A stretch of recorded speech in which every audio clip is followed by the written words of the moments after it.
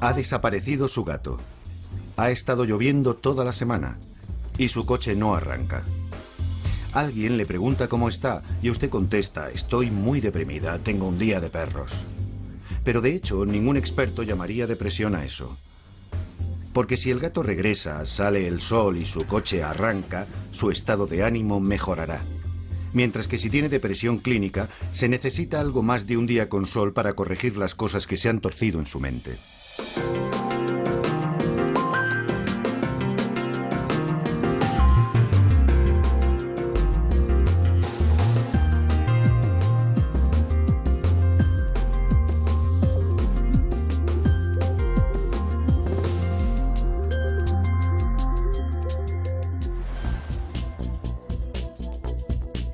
Aunque podemos decir que estamos deprimidos, más bien nos estamos refiriendo a un estado de ánimo pasajero. Si en la vida las cosas nos van mal y nos sentimos decaídos, sabemos lo que nos ocurre y podemos hacer algo por nuestro estado mental, pero cuando tenemos una depresión clínica no es tan fácil. Una vez alguien dijo que salir uno mismo de la depresión es igual que tratar de levantarte del suelo tirando de los cordones de los zapatos. Y bueno, si puedes hacerlo, entonces no es depresión, no es de lo que estamos hablando aquí. Felizmente casado y con una exitosa carrera en el campo de la publicidad, Matthew Johnson supo que algo iba mal y se pasó años intentando solucionar las cosas por sí mismo mientras luchaba contra la idea de una enfermedad mental. Creo recordar que tuve mi primer diagnóstico cuando tenía alrededor de 30 años, pero no lo creí y no me lo tomé en serio, porque pensé que no encajaba con quien yo pensaba que era. Creo que es un trago muy amargo de pasar que te digan que tienes algún tipo de problema mental. Y en fin, creo que me he pasado toda mi vida intentando evitarlo. Cambiando de trabajo, de relaciones, yéndome de viaje en coche, moviéndome por el país y todo este tipo de cosas. Y supongo que eso era siempre una forma de tratar de correr más que el perro, lo que yo llamo el perro negro. El perro negro, como Matthew describe su depresión en un libro que ha publicado recientemente, fue un gran paso para un ejecutivo publicitario de gran éxito. La publicidad tiene la finalidad de hacer que las cosas parezcan maravillosas, que todo brille, que sea todo sugerente, y creo que la depresión es todo lo contrario a eso. Me imagino que al escribir este libro, en parte, es como si cometiera una especie de harakiri profesional, o como se quiera llamar. Y para saber realmente cómo podría reaccionar la gente con ello, empecé a mostrarles el borrador del libro y nunca tuve una reacción adversa. Es más, me di cuenta de que todo el mundo tenía su propia historia. El 11 de septiembre de 2001 resultó que Matthew se encontraba a solo unas manzanas del World Trade Center cuando fue destruido. Había estado pensando en este libro mucho tiempo y creo que eso me dio el empuje necesario para hacerlo, porque una semana después estaba en la sala de juntas con la gente del departamento gráfico de la agencia en la que trabajaba y el jefe nos dijo: ahora tenemos que trabajar con más ahínco, tenéis que crear unos anuncios mejores, nuestros clientes nos necesitan más que nunca. Y yo me dije: y una mierda. Eso ocurrió a solo 12 bloques de donde estaba nuestra agencia. Estuvo ardiendo durante 3 meses. Podíamos verlo desde las ventanas y ese fue el momento clave para mí. A Matthew ya no le preocupa cómo pueda reaccionar la gente con su libro. Creo que cómo me afectaba a mí y a mi ego era absolutamente irrelevante, porque pienso que hay mucha gente que necesita ayuda. Y que una de las cosas coherentes que he descubierto escribiendo este libro es que la gente, en el fondo, quiere ser comprendida, quiere que se la entienda, quiere que le confirmen que no está volviéndose loca. Y también quiere tener esperanza. Como bien sabe Matthew, cuando uno está deprimido tal vez no se sienta con muchas esperanzas. Puede que no sienta demasiado. La depresión clínica tiende a invadirlo todo. No es solo una cuestión mental, sino también física. Es muy difícil encontrar la energía necesaria para hacer algo. En realidad tienes que reunir cualquier minúscula gota de energía que puedas encontrar para pasar el día. Además no duermes, tienes insomnio, por lo que siempre tienes déficit de sueño. Es como si todo fuera una gran bola de nieve que al final termina desplomándose a tu alrededor. Y llegas a un punto donde sientes que ya no puedes hacerle frente y que no eres capaz de seguir funcionando. Tu memoria empieza a fallar.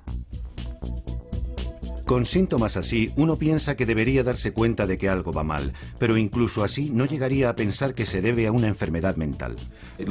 Al menos 3/4 partes de las personas que veo con depresión, la palabra depresión no es la adecuada para ellas.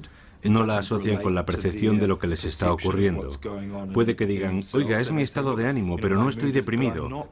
Y sin embargo pueden estar abrumadas por la fatiga, su memoria y concentración estar por los suelos, y tal vez tengan una tremenda dificultad para poder salir adelante con las cuestiones del día a día.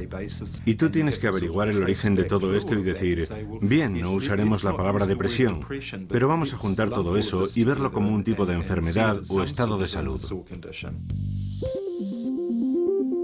Lo llamen como lo llamen, cuando se tiene depresión clínica, la bioquímica del cerebro cambia y los mensajes no llegan de la forma que deberían. Tenemos más de 100.000 millones de neuronas, intercomunicadas por una gran cantidad de uniones. Las conexiones son conocidas como sinapsis. Los mensajes o señales viajan a través de nuestro cerebro a lo largo de las uniones como una serie de impulsos eléctricos, y los neurotransmisores, como la serotonina, son los mensajeros químicos que transportan las señales a través de los espacios sinápticos. Flotan en ellos hasta que se pegan a la siguiente neurona para enviar la señal antes de dar marcha atrás. Si nos fijamos en el cerebro, ¿qué hacen esos neurotransmisores? Pues están aquí, en el centro del sueño, y aquí en una parte del cerebro donde normalmente controlan el nivel de ansiedad, y en esta otra parte que está relacionada con el estado de ánimo, el apetito y el impulso sexual. Así que aquí tenemos toda una sucesión de sintomatología de la depresión. Los neurotransmisores responsables son parte del paquete que heredamos de nuestros padres biológicos, junto con todas las demás cosas, como el color de los ojos o los huesos. Es un vínculo familiar del que Jamie Rose es muy consciente. Mi madre ha sufrido depresión crónica la mayor parte de su vida. Los primeros recuerdos que tengo de ella es de estar enferma. Yo tendría posiblemente 8 o 9 años. Volvía a casa después del colegio por la tarde y ahí estaba mi madre en la cama y con la bata puesta, con una mirada vaga y vacía y con los ojos sin vida. Después de esa experiencia de primera mano, a Jamie todavía le costó unos años darse cuenta de que ella también tenía problemas. Mi primera depresión aguda empezó a los 18 o 19 años, pero creo que lo más seguro es que empezara siendo mucho más joven, quizá a los 15 o 16, y no era consciente. Una de las cosas más difíciles de entender sobre la depresión clínica es cómo puede estar uno profundamente deprimido y no darse cuenta de ello, pero para mucha gente es justo lo que ocurre. Estamos hablando de un proceso que con frecuencia en la enfermedad de la depresión llega de forma tan traicionera que la persona que la sufre generalmente no se percata de ello. En fin, estamos hablando de algo que va desarrollándose durante meses. Y naturalmente la gente lo que hace es utilizar más a fondo su habilidad para enfrentarse a ello e intentar superarlo. Digamos que juntándolo todo para seguir adelante. Y de hecho, cuanto más desarrollada tenga esa habilidad, al final se va a meter en más problemas antes de que nadie reconozca lo que está ocurriendo, y menos ellos. A los 18 años, después de un año en el extranjero, Jamie consiguió su trabajo soñado en IT. Conseguí un empleo de un perfil alto para mi edad, trabajando para una gran empresa en Auckland que suponía unas oportunidades fantásticas. Pero luego me encontré con que me hundía en un profundo pozo y me desesperé al no poder salir de él. Iba al trabajo y no rendía. Me quedaba sentada contemplando el ordenador diciéndome, ¿qué hago aquí? Me ausentaba mucho de mi puesto. Siempre trataba de encontrar otras cosas que hacer, pero es que no podía hacer nada ni concentrarme. Pasaba un montón de tiempo en el lavabo de señoras preguntándome, Dios mío, ¿qué me pasa? El momento decisivo le llegó a Jamie cuando le mandaron un aviso por escrito. Entonces supe que había tocado fondo, porque yo soy una persona muy profesional. Soy tan perfeccionista que cuando recibí el aviso me dije, ¿qué está pasando aquí? Y entonces supe que no podía continuar así. Acudí al médico y me recetó antidepresivos. Dejé mi trabajo y me cogí unos meses libres. En ese momento, los síntomas de Jamie eran los típicos de la depresión. No podía levantarme de la cama. Estaba durmiendo a todas horas y cuando me levantaba estaba atontada. Tenía que regresar a la cama porque no podía hacer nada. Estaba de mal humor, irritable y sufría cansancio crónico. No podía quitármelo de encima. Nunca he tenido pensamientos suicidas, pero tienes un sentimiento constante de baja estima. No valgo para nada, no soy digna de nadie, estoy gorda, soy fea, soy repulsiva. ¿Cómo va a ser alguien amigo mío? ¿Cómo podría amarme alguien? Y como tenía esa mentalidad, no me apetecía levantarme de la cama, así que me quedaba en ella casi todo el día. Aunque ella no se diera cuenta, el historial familiar de depresión crónica de Jamie favorecía que ella también lo sufriera. Me entristece decirlo, pero creo que la medicina general tardó 15 años en ocuparse de ello. Imagino a miles de personas sufriendo depresión antes de que se les cayera la venda de los ojos y se percataran de que existe un vínculo genético muy poderoso en esta enfermedad. No es un vínculo pequeño, no es como el historial familiar de cáncer de pecho o de cáncer de intestino, donde sabemos que el riesgo ha aumentado, pero aún así lo más probable es que no se tenga la mala suerte de sufrir esas enfermedades. Me he dado cuenta de que si alguien tiene un familiar directo que sufre depresión, debo asumir que esa persona sufrirá depresión hasta que se demuestre lo contrario. El vínculo entre depresión y herencia genética se ha investigado bajo microscopio en la Universidad de Otago y acaban de descubrir una relación entre depresión y un gen en particular. El gen promotor transportador de la serotonina es responsable del movimiento de la serotonina en el cerebro, para resumirlo. Y algunas personas tienen un tipo de gen muy efectivo, una versión alargada o versión Rolls-Royce, y otras tienen un tipo de gen menos efectivo y que es conocido como la versión vulnerable, la versión corta del gen. Así que algunas personas, en el caso de experimentar en la vida mucho estrés y dificultad, y que poseen la versión alargada del gen, no sucumben. No desarrollan la depresión o empiezan a pensar en infligirse daño a sí mismas o en suicidarse, mientras que otras, con una versión menos efectiva, sucumbirán mucho más rápido. Por supuesto, eso no es tan simple. Los mismos genes son solo una parte de la historia. Se ven informes sobre el gen de la depresión o el gen de la violencia, y de hecho eso es una tontería. Los genes solo operan en el contexto de ciertos acontecimientos ambientales. Por lo que el tipo de genes que tenemos determina la respuesta de nuestro cuerpo a las cosas que le ocurren. Pero hasta que nos pica un mosquito que transporta la malaria, no sabemos qué versión del gen de la malaria tenemos, o si sufriremos la enfermedad o no. Igual que como muchas otras partes de nuestra salud. Si comemos mucha comida con grasa nos puede causar un problema, pero tal vez no. Todos conocemos a algunas personas que comen dietas altas en grasas, pero no tienen el colesterol alto, y eso se debe a las diferencias en la estructura genética. Lo mismo ocurre con la depresión. Cojamos a 10 personas, todas tienen mucho estrés, con 3 o más episodios desagradables y estresantes. Tal vez hayan perdido su trabajo, quizá tengan algún problema de incapacidad física, alguna relación con malos tratos, pueden haber terminado una relación o tal vez no puedan pagar las facturas, ese tipo de zozobras de la vida. Si supiéramos qué versión del gen transportador de serotonina tienen esas personas, sabríamos que las que tienen la versión del gen protector, solo una de esas 10 personas desarrollará la depresión, mientras que si tienen la versión del gen vulnerable, serían 4 de esas 10. Y lo que este ejemplo también muestra es que habrá 6 personas que no la desarrollarán, lo cual nos indica que tenemos mucho más que aprender sobre la depresión. Así que no salgan corriendo para comprobar qué tipo de genes tienen. Es mucho más complejo que un gen y una hamburguesa. Pero lo que sí sabemos con esta investigación es que el que desarrollemos depresión o no, no depende de nuestra fuerza de voluntad. Algunas personas todavía tienen la creencia de que admitir esos problemas es un signo de debilidad, lo que es una bobada. Es un pensamiento muy tonto. Todas las personas varían en lo referente a su vulnerabilidad y resistencia a los diferentes tipos de acontecimientos de la vida. Y eso es algo estupendo. Esa diversidad, porque si uno se enfrenta a la depresión, la buena noticia es que existen tratamientos efectivos. Por favor, hay que aprovecharse de los tratamientos. ¿Por qué aguantar el sufrimiento? No hace falta. El problema con la depresión clínica es que no es como el sarampión o las paperas, que lo tienes o no lo tienes. La depresión funciona de forma continuada, al igual que su necesidad de tratamiento. Es más parecido al tratamiento para la presión arterial. El que se necesite o no dependerá de la gravedad de los síntomas y del grado en que afecta a la vida cotidiana. Y si se necesita tratamiento, la medicación puede jugar un papel importante en la recuperación, pero parece que hay una creencia persistente de que la gente toma pastillas con demasiada facilidad. Tal vez haya algunas personas que acuden a un psiquiatra, pero a mí me impresiona más la gran cantidad que sigue adelante durante meses o años, aparentando que no les pasa nada, hasta que llegan a un punto en el que dicen: algo marcha mal, necesito tratamiento. No puedo creer que hayan estado resistiendo durante tanto tiempo.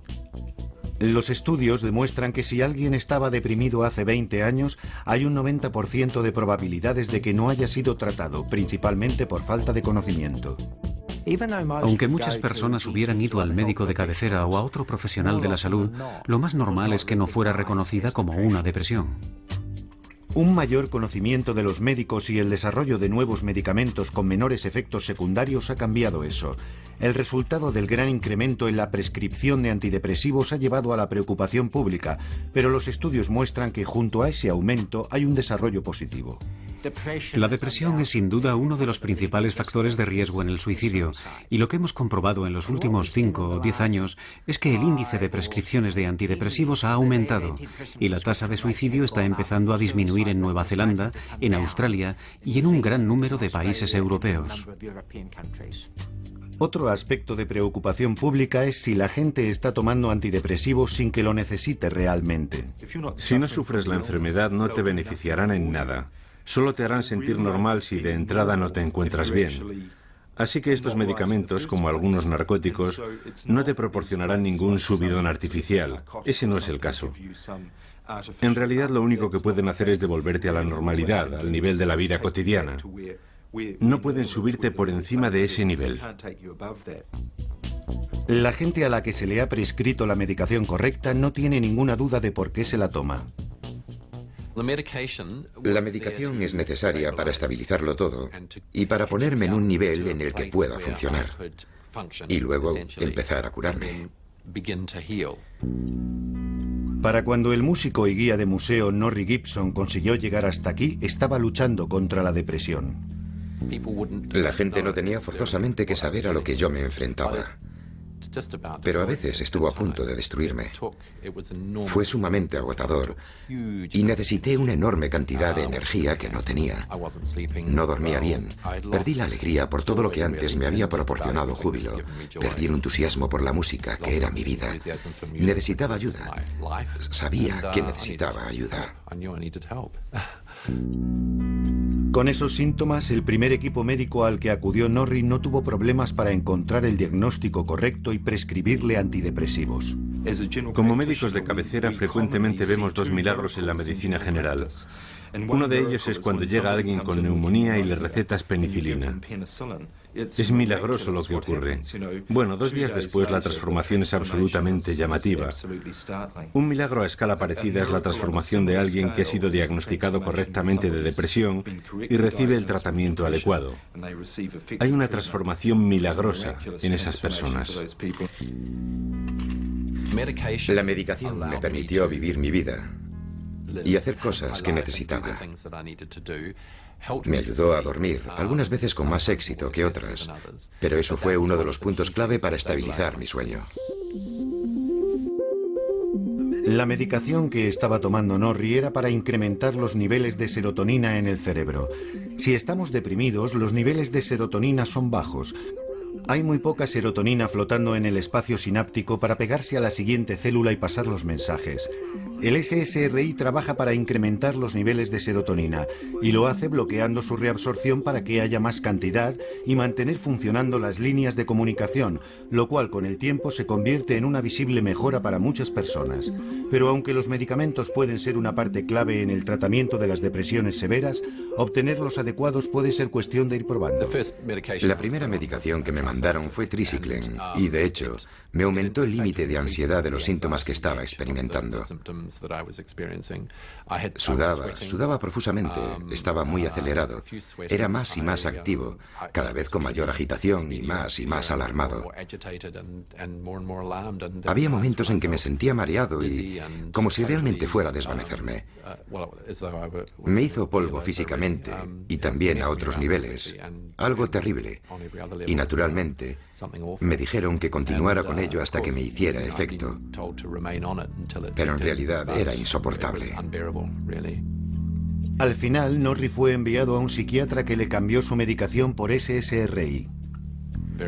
Muy efectivo, desde casi al principio. Una de las primeras cosas que me dijo cuando me lo estaba recetando fue: si tienes problemas con esto, deja de tomarlo. Vaya, que me dio el margen de tomármelo con seguridad.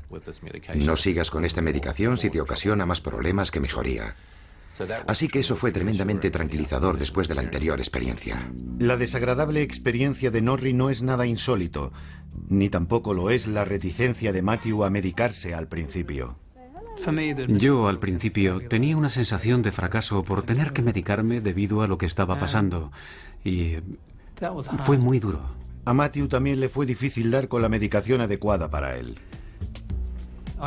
De hecho, terminaron dándome un anticompulsivo, que no estaba prescrito como un antidepresivo, pero los psiquiatras habían descubierto que los anticompulsivos parecían funcionar en personas que no respondían bien al SSRI, y en realidad me fue bien durante un tiempo. Aquello me funcionó. Yo pasaba por unas etapas muy críticas, y digamos que aquello me nivelaba. Pero sí, tuve algunas experiencias horribles con algunos medicamentos. Encontrar el medicamento adecuado y la dosis correcta para llegar a una recuperación total lleva su tiempo, pero vale la pena perseverar. Estar un poco mejor no es suficiente. El objetivo es llegar a sentirse de nuevo como era uno antes. Y si el segundo medicamento no funciona, se necesitará un tercer antidepresivo o buscar una combinación de tratamientos que sea efectiva. El primer paso hacia cualquier tratamiento, si se tiene una depresión clínica, es ante todo averiguar qué es lo que va mal. Pero Louise Windelborn no tenía ni idea de lo que le ocurría. Tenía depresión clínica y no lo sabía. Ni siquiera sabía que estaba deprimida. Lo que me pasaba es que tenía unos pensamientos negativos rondándome la cabeza y mucha gente me decía: oye Luis, tienes que pensar positivamente. Y yo intentaba ser positiva, lo intentaba con todas mis fuerzas y solo sentía que fracasaba porque no podía cambiar mi forma de pensar. En el caso de Louise, su depresión no fue reconocida durante años debido a que se ocultaba tras su adicción al alcohol. La depresión clínica puede destruir carreras, romper familias e incluso ser una amenaza para la propia vida. Pero una vez dictaminada y tratada, hay un índice del 80% de curación. El problema con Louise era que pensaba que su único inconveniente era su dependencia del alcohol, algo que provenía de su primer trago siendo adolescente. Desde luego es bastante memorable porque recuerdo que me sentía muy popular, segura y estupendamente. Y fue esa diferencia lo que me hizo convertirme en adicta y dependiente. Como Louise, muchas personas tratan de automedicarse para la ansiedad y la depresión con el alcohol. Todavía me acuerdo cómo me sentía. Tomarme una copa funcionaba, relajaba mi cuerpo. Y claro, una vez que estaba sobria, tenía que enfrentarme a mi estómago revuelto de ansiedad. Y eso era duro. Pero al final el alcohol tampoco me lo solucionaba y dejé de trabajar. Para algunas personas, si no estás deprimido clínicamente, puede ser el mismo alcohol el que provoque esos problemas. No hay duda de que para algunas personas abusar del alcohol les puede producir toda la gama de síntomas depresivos. En esos casos, si dejan de beber durante más de 2 semanas, muchos de estos síntomas depresivos desaparecerán. Pero si estás clínicamente deprimido, dejar de beber no es suficiente, y para los que lo han intentado y no han conseguido dejar la bebida, un tratamiento antidepresivo les cambia totalmente las cosas. He tenido un cierto número de casos que he tratado con antidepresivos. Y cuando su estado de ánimo ha mejorado, a pesar de la bebida, han sido capaces de dejar de beber justamente porque su estado de ánimo era óptimo. Louise dejó de beber cuando se quedó embarazada, pero los pensamientos de autolesionarse no desaparecieron. Luego, después de una tremenda borrachera, intentó suicidarse. Louise dejó de beber, envió a su hijo a vivir con su padre, emprendió un programa de 12 etapas y esperó que su vida mejorara. Cuando dejé de beber esperaba recuperarme rápidamente. Pensaba que mi vida mejoraría y que me sentiría feliz, pero eso no fue así. Pasaron años sin que ocurriera eso. Al final fue el padrino de su programa el que insistió para que Louise acudiera a un psiquiatra. No podía dejar de llorar. Y me dijo, bueno, ¿cómo se encuentra? Y yo le contesté, muy bien, no pasa nada. Claro, obviamente no era así. Me dio a rellenar un formulario y me dijo, mire, si se deja guiar, la medicación probablemente le ayudará mucho. Y yo acepté, sin ganas. Además de estar decidida a tomar la medicación, Louise se dio cuenta de algo importante. Descubrí que en realidad tenía depresión, que tenía una ansiedad grave, que tenía ataques de pánico, y no importaba cómo se habían producido, sino que los estaba teniendo. En realidad, Louise no quería tomar medicamentos al principio y tardó un tiempo en darse cuenta de la diferencia que suponía tomarlos. No fue un arrebato repentino de me siento mejor y todo es maravilloso. Todo fue muy gradual. Lo que me ocurrió es que como un mes después iba en el coche conduciendo, sonó una canción y me puse a cantarla y pensé, Dios mío, hace mucho tiempo que no hago esto. Y empecé a tener otros pensamientos como, vaya, esta canción es muy buena. En fin, esa sensación de alegría y ese sentimiento fue muy profundo para mí. La reticencia inicial de Louise para tomar la medicación es típica en la depresión clínica. Es una parte común de no reconocer o de no querer admitir ni para uno mismo lo enfermo que estás. Norrie es muy consciente del por qué lo pospuso durante tanto tiempo. En todo lo relacionado con la salud, yo prefería tratarme con naturopatía y con homeopatía. Soy receloso con la medicación química, así que tardé un tiempo en decidirme diciendo, oye, tienes que dejar eso de lado, necesitas ayuda de otra clase. Y una vez que tomé la decisión pensé, bien, lo haré. Pero dentro de mí quedaba un pozo residual que me impedía, me resultaba difícil decir, estoy ante un asunto de salud mental grave y necesito medicación. En fin, creo que eso es un gran paso para cualquiera.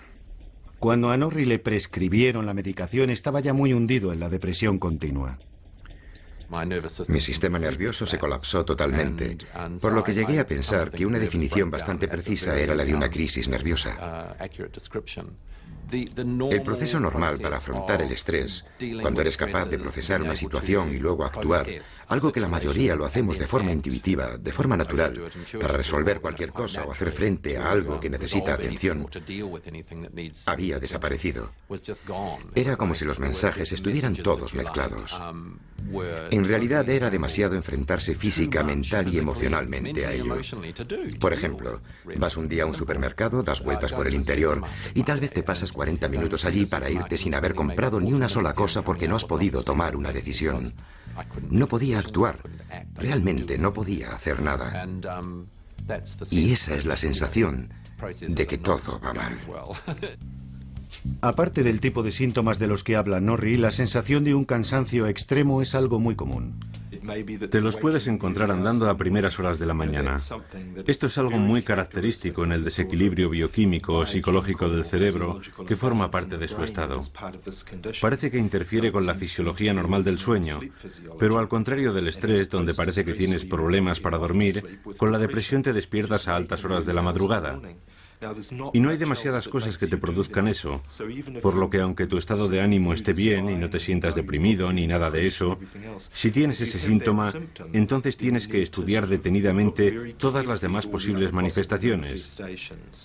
Y puede que tal vez los niveles de ansiedad hayan aumentado, o quizá haya habido una inexplicable ausencia de alegría en tu vida. Muchas de estas manifestaciones encuentran su expresión en el libro de Matthew. Y también habla sobre cómo ver el mundo a través de las lentes de la depresión. Parece que siempre tenemos un enfoque un poco negativo de las cosas, y lo que más me preocupa es la pérdida de alegría. Yo creo que hay dicha en todas las cosas. La hay en una relación, la hay en lo que uno hace. La vida es alegría. La incapacidad para sentir algo llevó finalmente a Matthew a admitir que tenía un grave problema.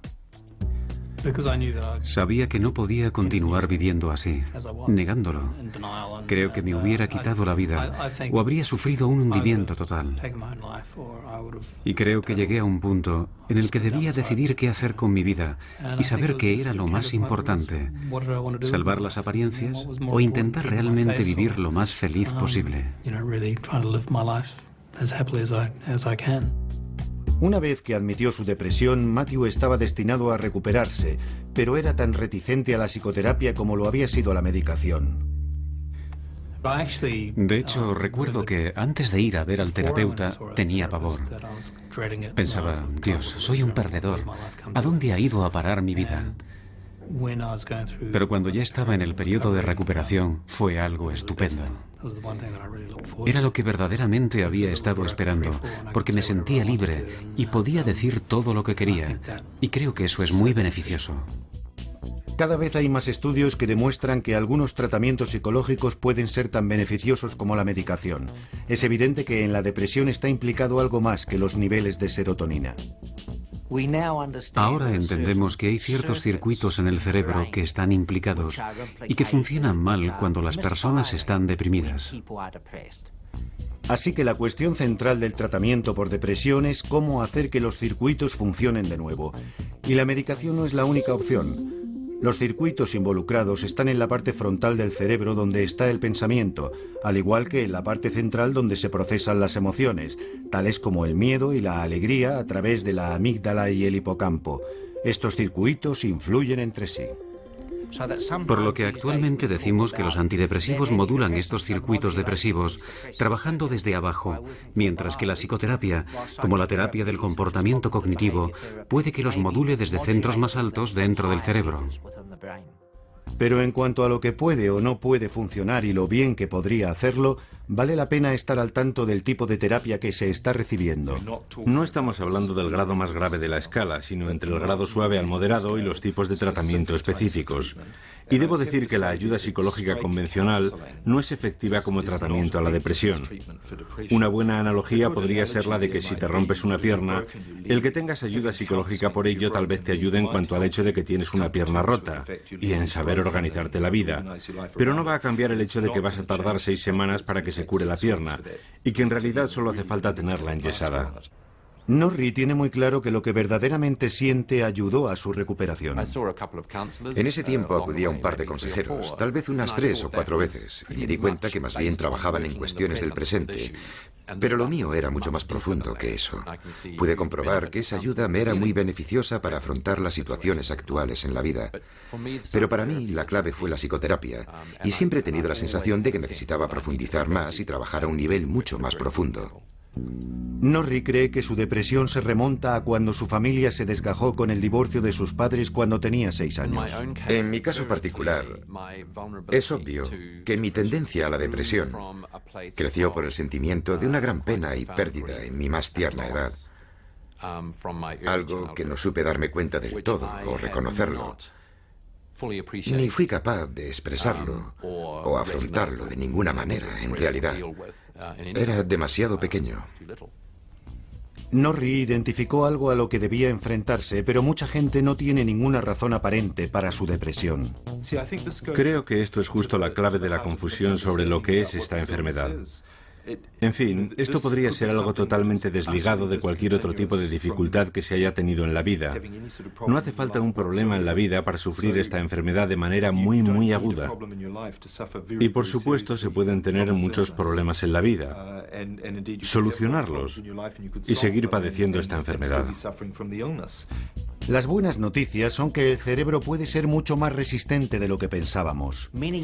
Hace muchos años se pensaba que tenemos cierto número de neuronas cuando somos adultos y que luego van muriendo. Eso no es cierto. Se van creando neuronas constantemente. Y cada vez hay más pruebas que nos dicen que los antidepresivos trabajan fomentando el crecimiento de nuevas neuronas en el cerebro. A pesar de que se nos ha dicho que beber demasiado mataba las células de nuestro cerebro para siempre, ahora sabemos que los cerebros adultos son más activos de lo que pensábamos. Al igual que en el resto de nuestro cuerpo, tiene lugar un proceso constante de muerte celular y renovación. Pero cuando estamos un tiempo deprimidos, se renuevan menos cantidad de células cerebrales y las conexiones disminuyen. Es como si nuestro cerebro empezara a desconectarse. Los antidepresivos parece que favorecen que las conexiones vuelvan a conectarse. Otras cosas como el ejercicio y la dieta también parece que ayudan. Creo que en el contexto de la depresión clínica aguda, todas esas cosas nunca serán suficientes. Pero en algunas ocasiones sí pueden serlo justo para alterar ese equilibrio e influir en lo que sienten esas personas. Actualmente, Jamie está muy atenta a cómo se siente y utiliza varias actividades diferentes, incluido el ejercicio regular para mantenerse saludable. Un par de veces a la semana salgo a caminar, paseo y veo a mis amigos. Si me siento hundida, sigo saliendo y trato de vivir la vida. He empezado a pintar. Es una birria, pero yo continúo con la pintura porque es una liberación. La recuperación de Jamie ha sido un proceso constante a lo largo de más de 3 años. No fue una reacción instantánea, ni fue como, ahora me siento genial. Fue una cuestión de ser constante con todas las cosas. Para Jamie, el ser capaz de disfrutar de todas esas cosas demuestra lo lejos que ha llegado desde la época de su depresión clínica aguda. No hubiera sido capaz de hacer todo esto. Me hubiera sido imposible emprender algo. Cuando no trabajaba me pasaba el día en pijama. Era impensable que pudiera entenderlo o incluso salir a la puerta. Esos días están ahora muy lejanos y Jamie confía en poder estar sin medicación y no recaer. Pero para Louise es una parte necesaria para mantenerse saludable. Hago lo que debo hacer, estar bien, y para ello tengo que tomar antidepresivos. Me ayuda a que mi mente no salga galopando. Yo no tengo pensamientos autodestructivos como tenía cuando no me medicaba. Así que no lo recomendaría para todo el mundo, pero yo necesito tomar medicación para que no vuelva a ocurrirme, o al menos para aliviarme. Y además también debo ocuparme de otras cosas. Y por supuesto continuar con mi recuperación del alcohol. Según un estudio americano que investigaba los efectos de un tratamiento continuo en personas que habían sufrido 3 o más episodios de depresión, Louise no es la única que necesita antidepresivos para mantenerse con buena salud. Todos los participantes en el estudio habían estado bien durante 6 meses después del tratamiento, el cual combinaba psicoterapia y medicación. De aquellos que habían dejado todo el tratamiento, el 10% siguió perfectamente durante los siguientes 3 años. De los que siguieron solo con la terapia y no con los antidepresivos, el 30% siguió bien. De los que continuaron con la medicación pero no con la terapia, el 80% siguió en buenas condiciones los siguientes 3 años. El motivo principal por el que ese 20% no mejoró fue más bien porque no siguieron tomándola como les fue prescrita. Si esas personas hubieran tenido varios episodios de depresión, entonces muchas de ellas probablemente hubieran tomado antidepresivos de forma continuada para prevenir futuros episodios de depresión recurrente. Y si se deja la medicación, más vale no dejarla demasiado pronto. Mis deseos eran los de no tener que medicarme durante mucho tiempo. Y fue desastroso intentar dejarlo de pronto o querer dejarlo demasiado rápido. Y lo que aprendí de ello fue que necesitaba seguir con la medicación mucho tiempo después de que me sintiera mejor.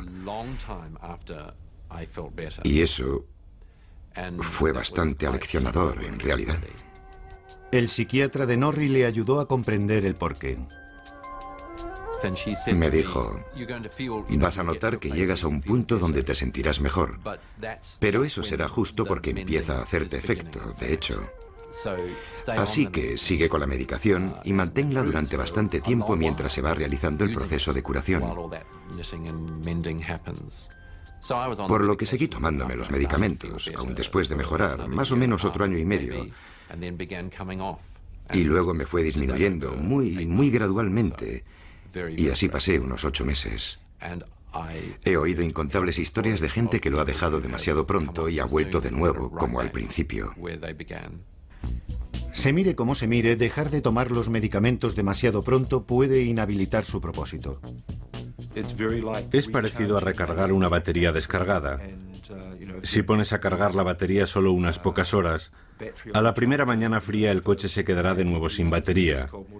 Y es lo que ocurre con los antidepresivos cuando no se toman durante el tiempo necesario para que el cerebro pueda volver a establecer un modelo normal. De acuerdo con la investigación, merece la pena tomarse el tiempo necesario para volver a la normalidad, porque una de las cosas que predice con más coherencia es si vas o no a volver a tener depresión y si estás totalmente recuperado desde la primera vez. Las personas que consiguen recuperarse del todo es más que probable que continúen bien, mientras que el más mínimo y ligero síntoma residual de depresión predice muy claramente que es muy posible que la depresión vuelva a resurgir. Pero tal vez se necesite más de un tipo de tratamiento y mucha perseverancia para conseguir la recuperación total. No hay que aceptar solo ponerse bien a medias. Si se toman antidepresivos y se está un poco mejor, pero no totalmente curado, hay que anticiparse y decirle al médico que nos atiende: no, aunque estoy mejor de lo que estaba, no lo estoy del todo. Las personas que asisten a psicoterapia por depresión tardan menos de un año, tal vez 2 o 3 meses, pero si no encuentran un beneficio real en 2 o 3 meses de terapia, tendrían que preguntarse si esa terapia es realmente para ellos. Si no, deberían probar con antidepresivos, o si no, deberían intentar otro tipo de terapia. No se conformen con "eso tarda un año en que funcione". Luis también piensa que es importante encontrar el profesional adecuado que te trate. He tenido experiencias sumamente negativas que contribuyeron a que mi estado empeorara. Si no te sientes mejor después de que te trate alguien o después de un tiempo prudencial, cuando ves que todavía te sientes peor, entonces inténtalo con otros profesionales.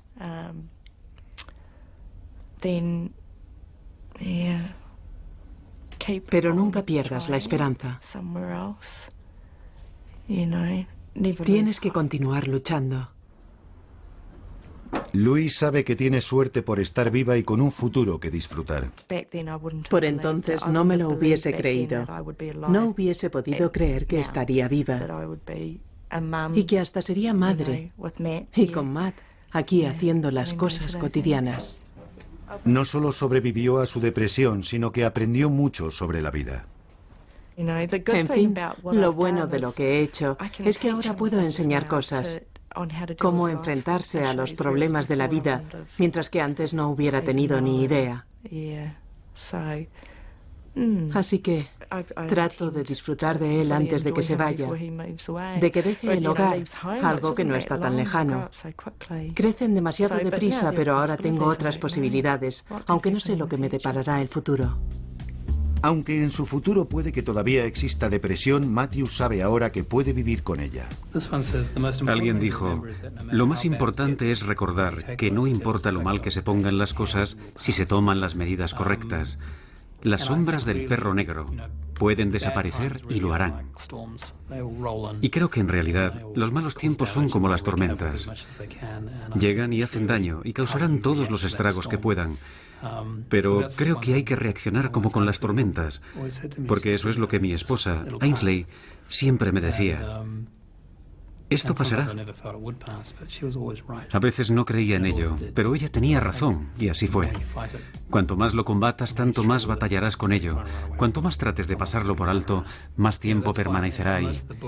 Y ese es el motivo de que el libro del perro negro siempre me analice a mí. Y es que creo que solo está esperando. Bueno, espera que yo tome medidas. Porque yo no lo considero como si el perro estuviera muerto o como algo maligno. Más bien creo que, de hecho, es algo que forma parte de nosotros orgánicamente y que necesita que se le dé una respuesta.